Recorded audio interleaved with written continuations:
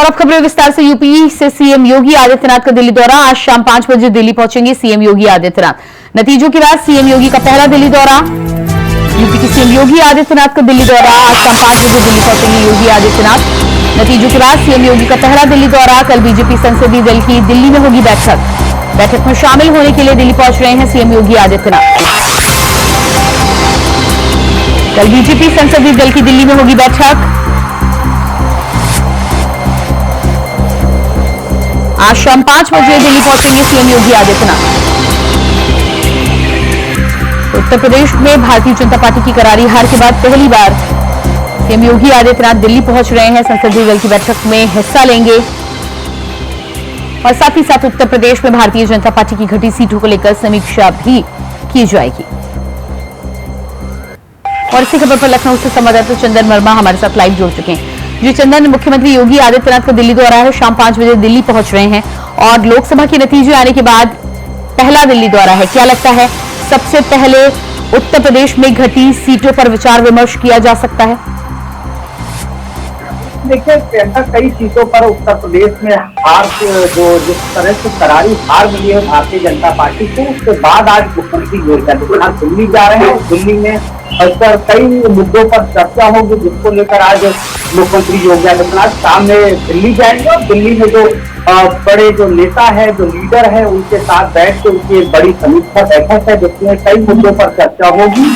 क्योंकि उत्तर प्रदेश की कई ऐसी सीटें रही जहां पर भारतीय जनता पार्टी ने लगातार अपनी मेहनत की, रोड शो किए। खुद मुख्यमंत्री योगी आदित्यनाथ उस रोड शो में मौजूद रहे। कई ऐसे प्रत्याशी रहे जिनके समर्थन में खुद मुख्यमंत्री योगी आदित्यनाथ पहुंचे और खुद उनके हाथ में उन्होंने खुद कमान संभाल रखी थी। उसके बाद कई सीटों पर हार हुई है। उसके बाद आज मुख्यमंत्री योगी आदित्यनाथ दिल्ली जाएंगे और दिल्ली में कई मुद्दों पर आज चर्चा होनी है। जिसके बाद क्या चीजें निकलकर सामने आती है उसके बाद भी देखिए कुछ तस्वीरें साफ हो पाएंगी। लेकिन मुख्यमंत्री योगी आदित्यनाथ लगातार दौरे भी कर रहे थे और जनसभाएं भी कर रहे थे। उसके बाद जिस तरह से करारी हार मिली है, उसके बाद आज दिल्ली जाने से मुख्यमंत्री रवाना होंगे शाम को।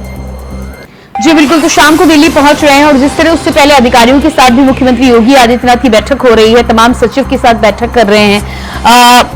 रिपोर्ट कार्ड तैयार करने के बाद ही दिल्ली पहुंचेंगे। लेकिन जिस तरह से करारी हार का सामना करना पड़ा है मुख्यमंत्री योगी आदित्यनाथ को लेकर और उत्तर प्रदेश में घटी सीटों को लेकर आगे की रणनीति पर क्या चर्चा हो सकती है या केंद्र की सरकार बनाने पर ज्यादा फोकस अभी रखा जाएगा?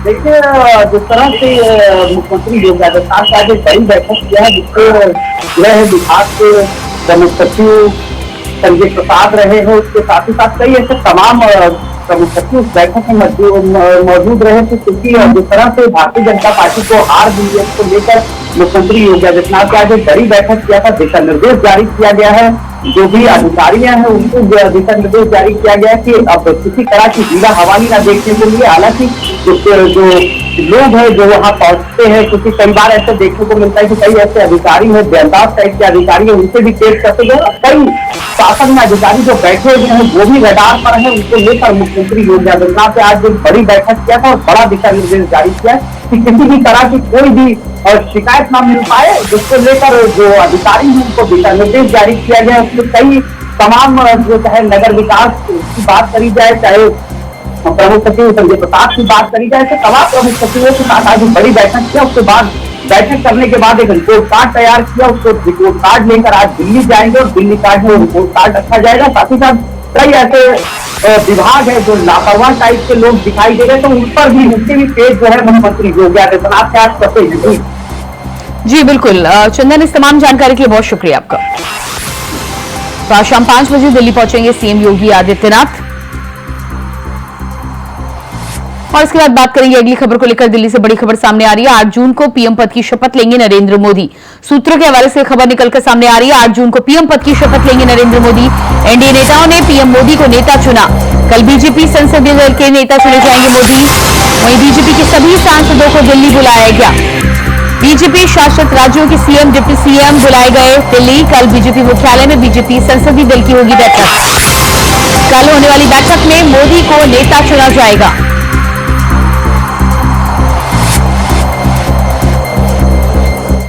जाना ये दिल्ली का आनंद है। दिल्ली के लिए माननीय प्रधानमंत्री जी को हमने अपनी तरफ से प्रदेश की सरकार ने और इकाई ने सर्वोत्तम भेंट करने का प्रयास किया है और हम सब जानते हैं कि 29 के 29 कमल खिले हैं और यशस्वी प्रधानमंत्री फिर एक बार मोदी सरकार के नारे को सार्थक करते हुए हमारी कल पार्लियामेंट्री संसदीय दल की मीटिंग के बाद में आगे बढ़ेंगे। मैं उम्मीद करता हूं कि नई सरकार सभी को लेकर चलने के साथ भारत की साख दुनिया में फिर एक नए प्रकार से बनाने के लिए माननीय मोदी जी की भूमिका का इंतजार कर रही है और मोदी जी के लिए मैं शुभकामना देता हूं। बाबा महाकाल उनको यशस्वी करेंगे। मिला करके भारतीय जनता पार्टी को जनादेश मिला है और उनके साथ सहयोगी दल जो एनडीए के हैं वो सारे लोग हैं और तीसरी बार देश के यशस्वी प्रधानमंत्री नरेंद्र भाई मोदी शपथ लेंगे और अच्छे ढंग से सरकार चलेगी। लेकिन पूरे देश को भरोसा है और नरेंद्र भाई मोदी जानते हैं कि किस तरीके से देश को आगे बढ़ाने के लिए सबको साथ लेकर चलना चाहिए। सब इंडिया अलायंस में मिलकर के काम करेंगे। इंडिया अलायंस ने भी कल बैठक की थी और बैठक करके बड़े मुद्दों पर उन्होंने बात की और कहा कि देश में जिस तरीके से मोदी जी को डेंट दिया है, मोदी जी को सबक सिखाया है, उसको लेके क्या देखिए, मोदी जी तीसरी बार प्रधानमंत्री बन रहे हैं और उन लोगों को इस बात का अंदाजा निश्चित रूप से लग गया होगा कि तीसरी बार प्रधानमंत्री बन रहे हैं तो स्वाभाविक रूप से इस देश के भविष्य को लेकर जो देश की आशा है उस पर खरा उतरेंगे। प्रधानमंत्री नरेंद्र मोदी जी तीसरी बार प्रधानमंत्री बनने जा रहे हैं। 10 वर्षों की यात्रा में भारत दुनिया की 5वीं बड़ी महाशक्ति अर्थव्यवस्था के मामले में बना है, गरीब कल्याणकारी कार्य में है और पूरा देश एक आशा और विश्वास के साथ आगे बढ़ा है। भारत के नेतृत्व को बढ़ाने के लिए, भारत को विश्व शक्ति बनाने के लिए माननीय प्रधानमंत्री नरेंद्र मोदी के नेतृत्व में तीसरी बार सरकार बनने जा रही है। हम सब लोगों के लिए खुशी और गौरव का विषय है। चुनाव में परिणामों के बाद मेरा अलवर आ जाना हुआ। मैं तहे दिल से अलवर के मेरे सभी मतदाताओं, अलवर की पूरी जनता को धन्यवाद देना चाहता हूं कि उन्होंने मुझे अलवर से सांसद प्रतिनिधि के रूप में चुना। मेरा लगाव और जुड़ाव और अब अलवर मेरा अपना निवास अलवर बनने जा रहा है और एक सांसद के रूप में जो मैंने अपने चुनाव के दौरान अलवर के लोगों से वादे किए थे उसको मैं पूरा करने का काम करूंगा। प्रधानमंत्री श्री नरेंद्र मोदी जी का ये तीसरा कार्यकाल भी बहुत यशस्वी होगा, ऐसी अपेक्षा है। उनकी नीतियां, उनका नेतृत्व इस राष्ट्र और विश्व के लिए ही मंगलकारी होगा, ऐसा विश्वास है। बात रहे कि सामाजिक, आर्थिक, राजनीतिक और वैश्विक चुनौतियों का दौर है और इसमें मोदी जी के नेतृत्व में भारत अपने पुनः जो अपनी उसकी नियति है उसके साथ साथ विश्व की भी नियति को सही दिशा में ले जाने का काम करेगा, ऐसा हम भरोसा रखते हैं। बाकी सभी विजयी हुए उम्मीदवारों के लिए भी शुभकामनाएं और जो पराजित हुए वो हौसला रखें, कभी न कभी उनकी भी विजय होगी। कोई भी अवसाद में न जाए, जिंदगी संग्राम है, लड़ना इसे पड़ेगा, जो लड़ नहीं सकेगा वो आगे नहीं बढ़ेगा। और निश्चित होगी सब, इसमें तो कोई डाउट नहीं है और इसीलिए आमंत्रण मिल गया है। सरकार की तैयारियां चल रही, सरकार बनेगी कल।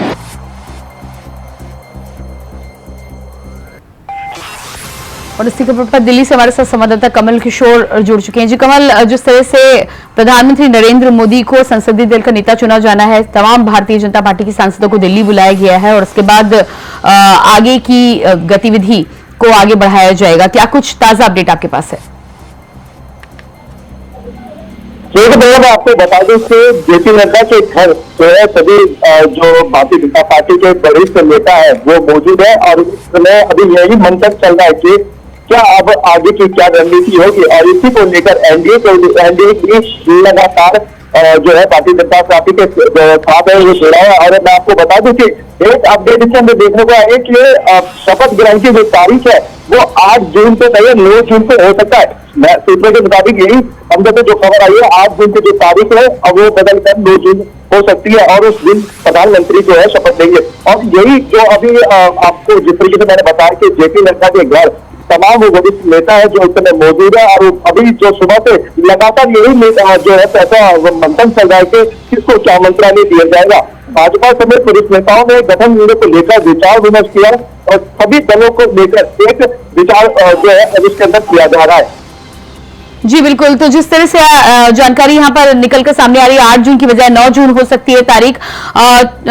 जिस तरह से चंद्रबाबू नायडू की शपथ ग्रहण की तारीख आगे बढ़ाई गई है, 12 तारीख की गई है, तो क्या ये वजह भी हो सकती है कि 9 जून क्योंकि प्रधानमंत्री नरेंद्र मोदी का शपथ ग्रहण समारोह होना है, यही वजह कि कहीं ना कहीं चंद्रबाबू नायडू की शपथ ग्रहण समारोह को भी आगे बढ़ाया गया। और 9 जून की तारीख को लेकर आपसे ये भी जानकारी चाहेंगे, क्या ये फाइनल है या इसमें फेरबदल हो सकता है अभी? जी बिल्कुल, इसके अंदर भी अभी फेरबदल हो सकता है क्योंकि अभी जो है ना तमाम जो लोग हैं, जो राजनीतिक लोग हैं, दल के जो लोग हैं वो अभी बैठे हुए हैं और सुबह से तकरीबन कई जगहों पे जो इनकी अभी सुबह जेपी नड्डा की घर मीटिंग हुई है। उसके बाद अभी चर्चा ये भी चल रही है शाम को अभी एनडीए की एक अलग से बैठक भी हो सकती है शाम को 4 बजे। अभी ये सूत्रों के मुताबिक का पता लगा अभी, लेकिन इसका भी फैसला अभी पूरी तरीके से पता नहीं चला। लेकिन आपको ये बता दें कि जो 8 तारीख का दिन था वो भी अभी जो 9 तारीख का जो तारीख जो समय की तय की गई है वो भी इसी चीज को लेकर गई है। हो सकता है इस समय को भी लेकर आगे फिर से फेरबदल हो सकता है क्योंकि अभी जो है चर्चाएं चलती जा रही है, जो चर्चाओं का दौर है वो चल रहा है। जी बिल्कुल, तो चर्चाओं का दौर चल रहा है। प्रधानमंत्री नरेंद्र मोदी को नेता चुनने को लेकर तो सर्व सहमति हो गई है, लेकिन मंत्रालयों को लेकर जिस तरह से टीडीपी ने अपनी शर्तें रखी हैं, कई अहम मंत्रालयों की मांग की है, उसको लेकर क्या गहमागहमी बनी हुई है? देखिए गहमागहमी हुई है। जैसे कि मैंने आपको बताया कि सुबह क्या कल भी जब इसी चीज पर चर्चा चल रही थी, जब एनडीए ने जब पीएम मोदी को बताया था कि जब चर्चा चली थी कि हमें इस मंत्रालय चाहिए वो मंत्रालय चाहिए, क्योंकि तमाम जो लोग एनडीए हो चाहे नीतीश हो चाहे चंद्रबाबू नायडू हो, इन्होंने अपने अपने मंत्रालय लेकर कहा कि हमें जो इन्होंने एक लिस्ट दी है उसमें बताया कि हमें किस मंत्री को क्या पद देना है और किस मंत्री को क्या मंत्रालय देना है। अभी उससे जो है गहमागहमी चल रही है और उस समय जो है सुबह से तकरीबन 11 बजे से जो है जेपी नड्डा के घर तमाम वो भारतीय जनता पार्टी के वरिष्ठ नेता हो वो मौजूद है, राजनाथ सिंह वहां मौजूद है, अमित शाह वहां मौजूद है, सभी लोग वहां पर मौजूद है और इसी चीज पर चर्चा चल रही है कि किसको क्या और जो मंत्रालय दिया जाए। और मैं भी ये भी बता दूं कि इसके बाद ये चर्चा भी सुप्रीम कोर्ट में पता चल रहा है कि इसमें ये भी पता चल रहा है कि किस तरीके से जो भाजपा को जो कम सीटें मिली है उसको भी चर्चा चली कि कहाँ कमी इसके अंदर रह गई थी, उस कमी को पूरा करने की भी जो है इसके अंदर चर्चा चल रही है। जी बिल्कुल, कमल आप नजर बनाए रखिए। जानकारी के लिए बहुत बहुत शुक्रिया आपका। और इसके बाद बात करेंगे अगली खबर को लेकर। उत्तर प्रदेश में लोकसभा चुनाव के बाद इटावा अपने चारगोजी आवास पर शिवपाल सिंह यादव पहुंचे, जहां पर यूपी में लोकसभा चुनाव के परिणाम पर इंडिया गठबंधन की जीत पर बोले उत्तर प्रदेश की सरकार को नैतिक स्तर पर इस्तीफा देना चाहिए।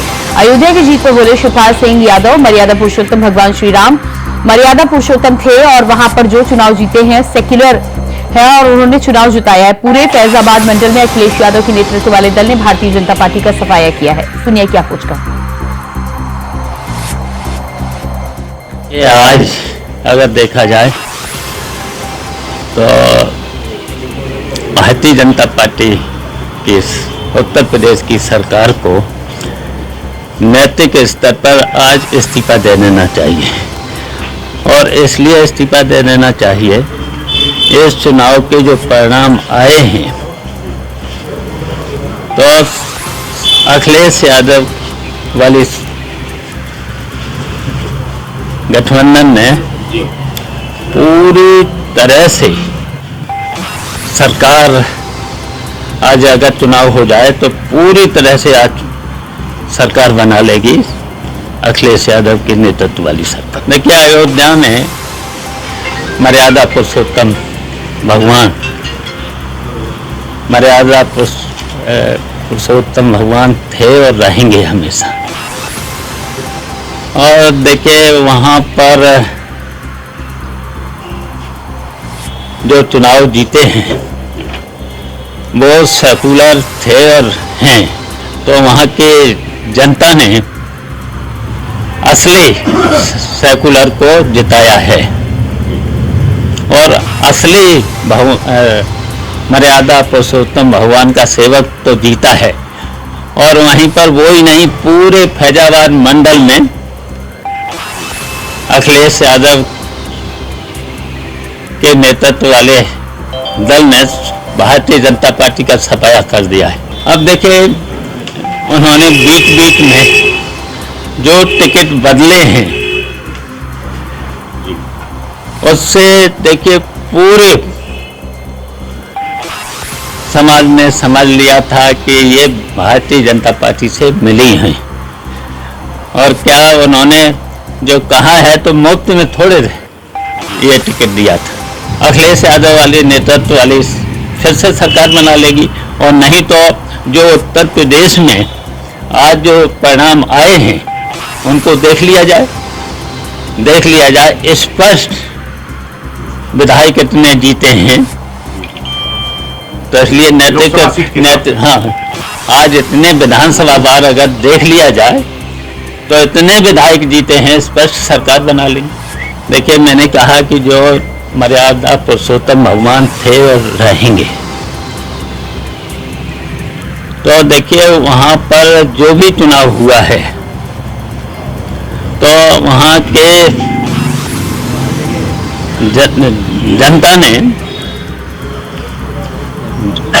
ने इतना वोट दिया है तो अयोध्या भी असली जनता का भगवान का सेवक जीता है।